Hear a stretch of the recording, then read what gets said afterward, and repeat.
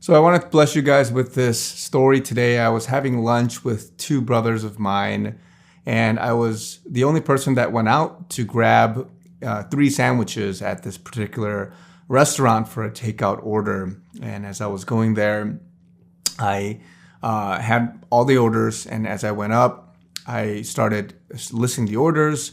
And the first order they had, and the next two orders was an order for these chicken breast sandwiches. And as the person was digging through it, this person realized that they didn't have those chicken breasts anymore and offered an alternative. And we discussed that there would be a fair alternative, which was these sliced up sort of chicken pieces as opposed to just this whole piece of chicken breast.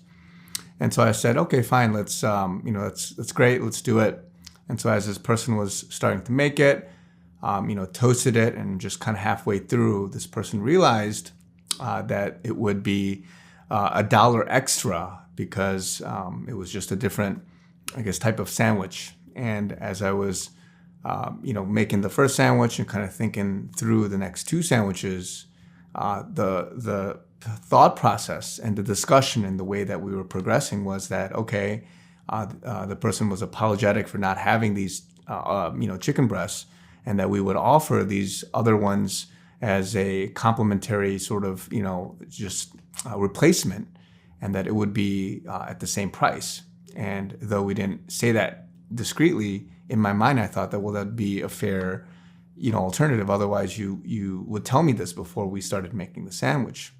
And so as we were making kind of halfway through, I just, I wasn't argumentative or anything, but I told the person like, it's $1 more, but I figured that it would be the same price. Is that something that you can't do? Because, you guys mentioned to me that you didn't have it, and we discussed and agreed to having a good, fair replacement, which would be these chopped up chicken breasts. And the person said, no, we can't do that.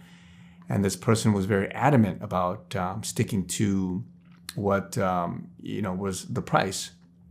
And on one hand, I thought, okay, well, he's just doing his job. But on the other hand, the process and sort of the way it was going didn't seem very fair to me. And so as I was in the moment just praying about it and asking the Lord just quickly, Lord, what should I do here? Like the principle of it doesn't sit well with me. Like I was bait and switched essentially. Like now I'm halfway through, I feel like I'm forced to buy this sandwich for an extra $1, and an extra $1, it's not a big deal, right?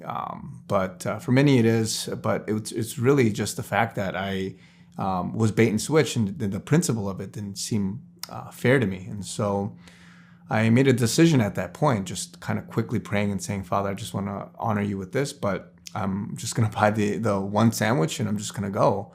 And then I'll go to an adjacent store, which was only 3-4 blocks away, again, being a chain restaurant. And I just opted to do that. And so this person, just finished the first sandwich. I took it and left. And as I was leaving, the Lord was just kind of reminding me and saying that there are so many people that are making tough choices, whether it's in big moments or in small moments like this.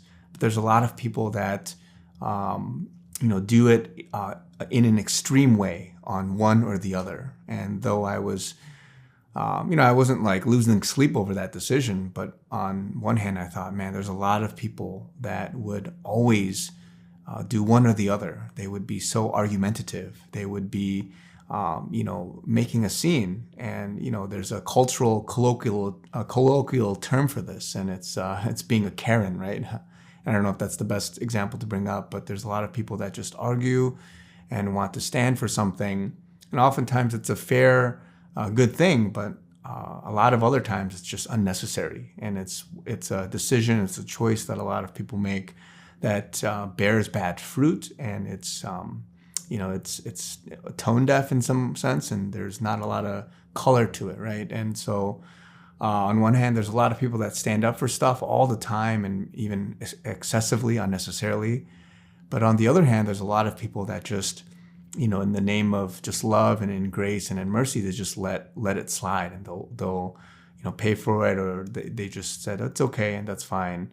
But a lot of times the problem with that is that a lot of people, they do it too much, and they're just a pushover in effect, and they just basically allow a lot of things to just stomp over them. They let it go, they let it fly, and they never stand up for something. They don't have the courage to do it, and they write it off oftentimes as just, in love and in grace and in mercy. And in many instances, that's fine, that's good, as Jesus calls us to love our neighbor and our enemy, right? Turn the other cheek and all that. But a lot of times they do it too much, and they never see the righteous side of things. They never see people. God doesn't get the honor and the glory in standing up for the principles of things. And so I say all that because there's many people that may be heavily skewed on one end, but they don't have a balance. They don't have a day-to-day decision-making ability to really in oneness with the Holy Spirit and in union with Christ, to be able to have that, Christ-like mentality of asking yourself, what would Christ do? And again, not every decision is a black and white one. There's ways where God gets honored in a good decision, a better decision, or the best decision. Whatever that might be, everyone, to each their own. They are called to emulate Christ. But I encourage you, and I want to bring this up because a lot of people, they don't really reflect on this. They don't really reflect on small decisions, on big decisions and everything in between, to ask yourself and say, Lord, am I giving you honor and worship and glory?